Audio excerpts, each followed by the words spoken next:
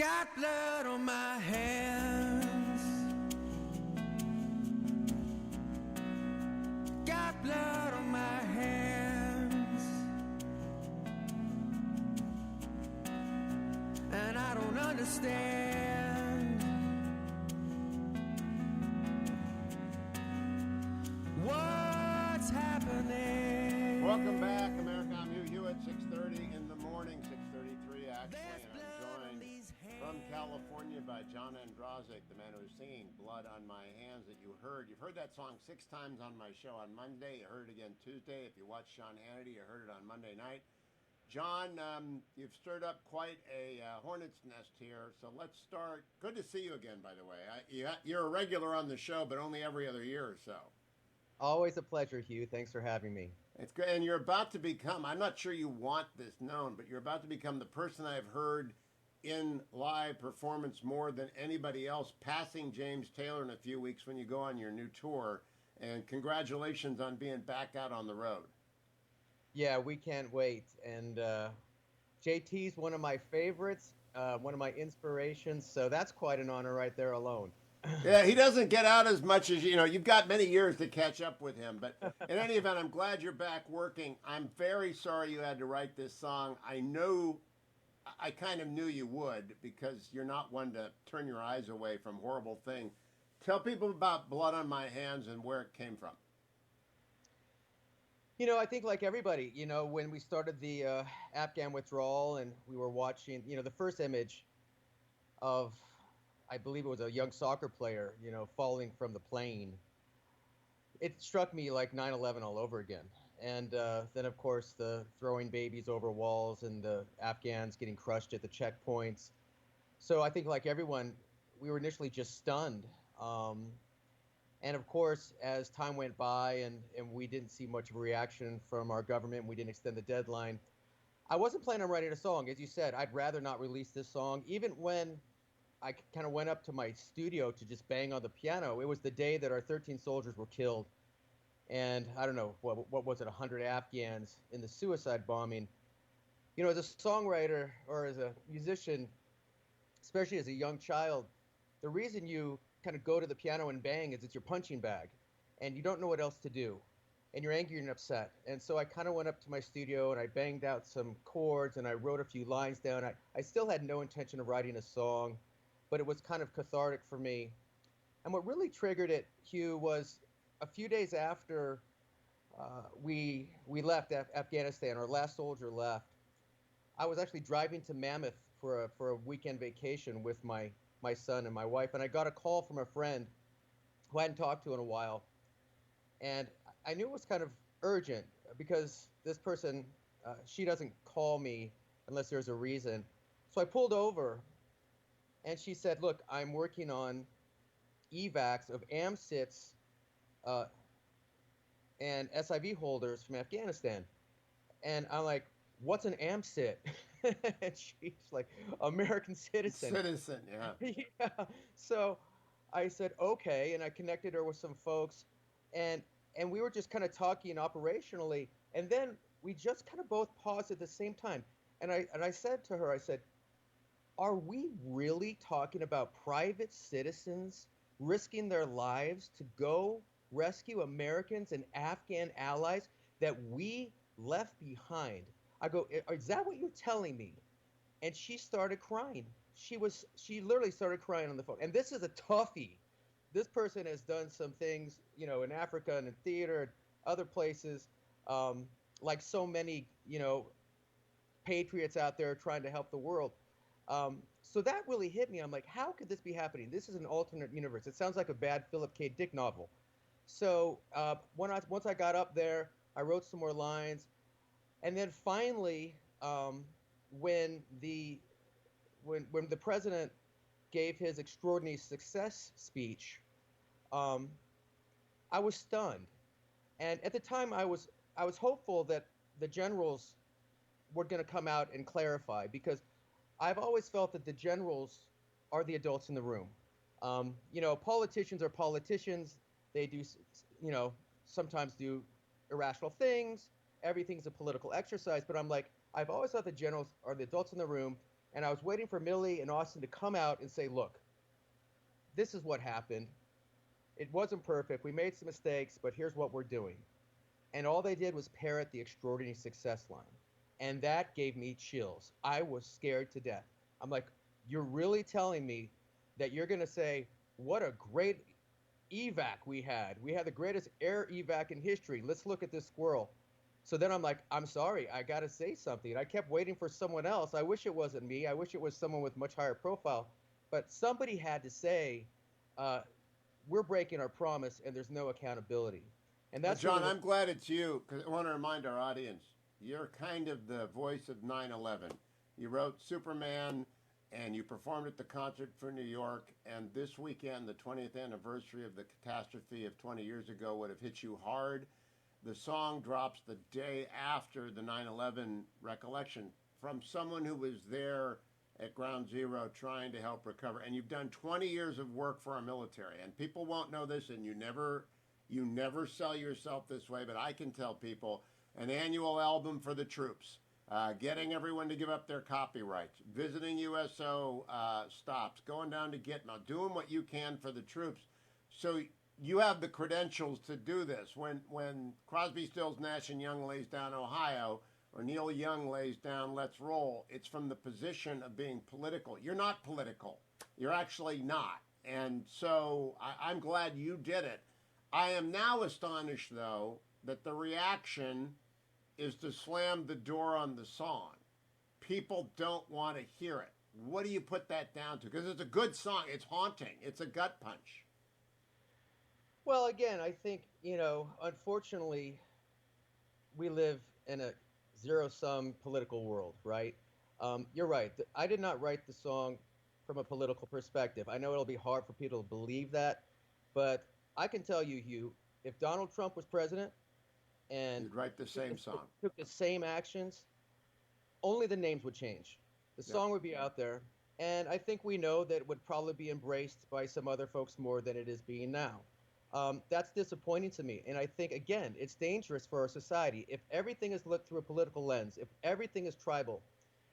Then you will have people echoing the wow, what an extraordinary success. What a great airlift. Wow, we did such a good job. Everything went according to plan. And, Hugh, I kind of relate it to someone on the right who, stand up and say, Donald Trump, won in a landslide, won in a landslide. It's the same mentality, and it's dangerous for society. If we can't look at something as simple as this and say, this is a disaster, we've broken our promise, we broke our moral code, what's the world going to think of us? What's going to happen next? What's going to happen with China? If we can't ask those questions, I fear for the survival of this country. And I know that sounds dramatic, but if we can't reflect on this and say, we screwed up, we got to do better. I mean, the president looked us in the eye, said, no Americans will be left behind. 2 weeks later, Americans are left behind, and my friend's trying to rescue them. And nobody's been fired. Nobody's resigned. And what does that tell us about our leadership? Blinken today said, yeah, Blinken today was saying, oh, our intelligence is giving us information. The same intelligence that blew Kabul being taken over in 2 days. What's Yeah. happening? It is catastrophic. And I think part of the reason that people don't want to think about it is not only does it represent an American defeat equal to any of my lifetime and probably worse than Vietnam, because Vietnam fell a year and a half after the Paris Peace Accords, after we had withdrawn mentally from the conflict. This is bad because 13 military men and women were killed. We know who they were: 11 Marines, 1 sailor, 1 soldier. We know who they are. That was unnecessary. It didn't happen. None of this had to happen, but it's really catastrophic because we know what's going to happen to the women and children of that land, and we know what's happening. They beheaded a 9-year-old and a 10-year-old yesterday. They beheaded them.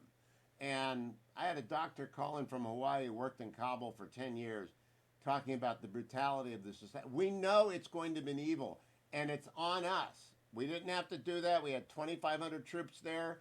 I do not believe Mike Pompeo would have allowed this to happen. I do not believe. I would have been as angry as everyone is right now if we had not left a functioning government with the capacity to control the North. But I think that we're going to be haunted by a story for a long time because the Taliban and Al Qaeda are not going to be shy about telling us what they're up to. I'm sad to say I think this song will be more relevant a year from now than it is now. I just Uh-huh. yesterday I was talking to my friend, and she told me some horror stories that I can't get too much into because we can't kind of divulge and risk people's sources and information, but it'll all come out, and it's virtually all women and children, um, and it's heartbreaking because you're right, it didn't have to happen. And those are saying, well, it was going to happen no matter what. No, it didn't. Nobody forced us to abandon Bagram. Nobody forced us to not extend the deadline. It didn't have to happen.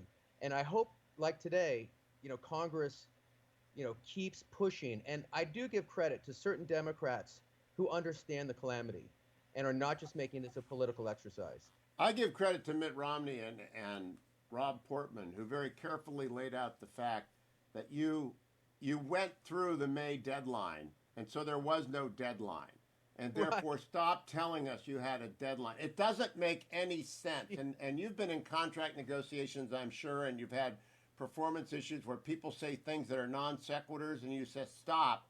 That doesn't make any sense at all. And Blinken is trying to gut it through, and they've got Biden on ice. I mean, he's literally on ice. They won't let him out. They cut off his talk.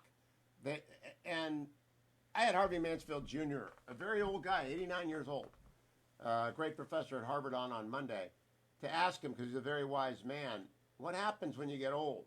And he says one of the things is you lose energy and you try and limit your problem set. So you just turn the page on things. I think that's what the president has done, and he just won't think about it because he's old and he can give himself that luxury. But John, you and I can't give ourselves that.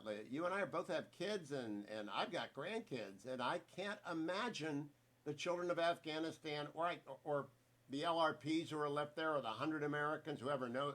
I can't imagine what they're doing right now. No, and the surreal thing is, even now, I didn't get to catch a lot of Blinken because I was doing other interviews. They have not said once, we made a mistake. There's not been one, we made a mistake. It's still, well, this was going to happen, and this is why. And I think, Hugh, I think you agree with me. If they would have come out from the beginning, right when Kabul fell, and said, look, you guys, we had an intelligence failure. We had no idea that was going to happen, and we're going to make adjustments on our plan. We're going to extend the deadline. Anybody who wants to leave is going to leave. We're going to talk to the Taliban again about, well, they wanted us to have security over Kabul. All right, let's have security over Kabul so people can walk to the airport and get on planes. If they would have said that, even if there would have been even the suicide bombing, because it's a chaotic state, I think we would have at least understood, and we'd have been angry, but we would have been scared to death about this kind of Orwellian exercise. But that's still not happening, and that still scares me. You talk about it all the time. What's next? What's next? I want to contrast it as well. W gave a speech at Shanksville this weekend, and once again, he proves himself to be the best man who's been president in my lifetime. Now, there have been better presidents, Reagan, but he's the best man because he's gracious. On 9/11, and I know you watch this, and in every day since, he has never blamed Bill Clinton. He has never blamed Al Gore for the transition screw up. He has never said anything was anybody's fault, that 9/11 was the fault of Al Qaeda. Everything that Joe Biden has said since this catastrophe began to unfold is it's all Donald Trump's fault. That is moral cowardice. That's why I like your song. I do not like the fact that Facebook won't let you advertise it. Now, you are being as gracious as W, and you're not calling that censorship, but I will, because they have a platform and they're choosing not to let you advertise on that. Have they given you an explanation as to why they won't let you promote Blood on My Hands? No, they've not. And again, um, it's. I would assume it's some algorithm. I got to say, Ed Morrissey of Hot Air wrote a piece with some very relevant questions, sharing some other posts that were advertised that certainly were more political than mine, and asking Facebook, well, why this one and not John's song? And again, I'm not a elected official or work for a party. I wrote a song. I'm a singer-songwriter. It's what I do for a living. I put it on Facebook. they didn't take my post down, and I just wanted to share it because people are reacting to it, and I want people to hear it, and they wouldn't let me do that. I'm not telling anybody how to vote. There's no election, and you got to tell me that everybody who wants to write a song that talks about social issues can't promote their songs. So again, I hope it's just some algorithm failure, but to this point, they have not reached out to me, and hopefully, the Ed's article and you talking about it will allow me to just share my song. And if not, give me a rational reason why that we can digest and talk about. They would have to say that Nixon's Coming for Dead in Ohio wouldn't have been advertised in 1971 or 70, whatever year that was. They would have to make arguments about the refusal to use the platform is always a neutral decision. And that is, in fact, singer-songwriters have forever been voicing emotional reactions to horrific events. And they're not always correct. As they should be. As they should. If somebody wanted to write a song and say, hey, this was an extraordinary success, look what a great evac we did, yay, yay, they should write that and people should comment on it. And the problem is, as there's been such a history of, pseudo censorship of people that are in the middle or on the right, that when something like this happens, it's hard to give them the benefit of the doubt. But I'm doing so. Let's see what happens tomorrow, and hopefully, we'll put this behind us. Now, John, I am worried that elite media has transformed slowly over the years into a barricade for the center, left, and left. And that if you're not inside the fort, you're considered enemy hostiles outside of the fort. Do you see that happening? Do you worry you're going to be defined? Yeah, I guess. I mean, again, I take solace in my dog hasn't canceled me yet. But Ah, I I think look, as I said, I wrote this song from a moral perspective, and I really hoped that some of the mainstream media would take it that way. And we sent it out to all of them. And I've said I'll do anybody's show. Look, I'll do Rachel Maddow's show. I think she was crying when she saw the pictures of Afghanistan, the women there. She understands the plight of Afghanistan. She may not agree with some of my comments, but it's something we have to discuss. And I think it's something we have to keep in front of us because our nature is to just turn the page. And it's such a broken promise. And the human rights, the human cost, the refugees, what's going to happen? It's a humanitarian crisis now. And we can't look at this as a political exercise and a bullet in the war, the culture war. This is a humanitarian crisis. We put them there, and it's our job to do all we can to prevent what's happening right now. And I don't know how we do it, but if we stop talking about it, certainly nothing's going to yeah. help. The most important thing about the song, John, it's not really about us. It's about 9 and 10-year-olds being beheaded, women being raped. Yes. It's about the chilling photograph in the Telegraph on Monday. Women are allowed in Kabul University. They are beyond the burqas now. They're hooded and they're wearing black robes. Only a few of them had slits for their eyes. The Taliban thought they were putting out a good photo for their, here we are modern. And women are allowed to attend cricket matches, but only if they are taken there by a man. So there are no women. It's almost unbelievable. We're so not used to this. It's like the Uyghurs in China. If we don't see it, it's not happening.